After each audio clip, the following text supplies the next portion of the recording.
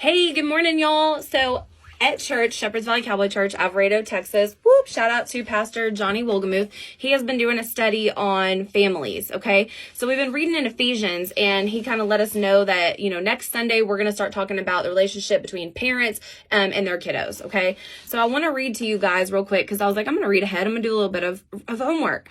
So I'm going to read to you guys Ephesians 6:1-4. Children, obey your parents in the Lord, for this is right. Honor your father and mother, that it may go well with you and that you may live long in the land. Fathers, do not provoke your children to anger. Bring them up in the discipline and instruction of the Lord, right? So I got to thinking, well, God is our Father in heaven, okay? He refers to us as his daughters and his sons, okay? So we're his children. He's our Father, all right? And then God is constantly telling us that he wants us to walk and live like him. He made us in his image. He says husbands are supposed to love their wives as God loves the church. We're called to be like Jesus in the Bible several times. So he's constantly calling us to strive to be at their caliber. We'll never reach it, right? But we're constantly called to strive at their caliber. So he's teaching us to do things in the way that he's going to do things, right? And so if God is our Father and we're his children and he wants us to do things the way that he would do them, this passage is also talking about how God is our Father and how he fathers us and how our relationship with him, our Father, is supposed to go.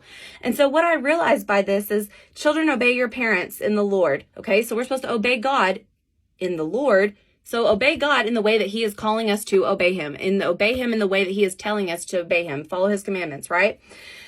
And then it says that it may go well with you, that you will live a long life in the land. Well, guess what God's land is? Heaven. And what could be longer than eternity? So if we're obeying God and doing what we're supposed to be doing, worshiping him, praising him, accepting that he, all these things that we're supposed to be doing, we're going to live eternity in heaven, right? With God. Okay. So that's the long life there, honoring him.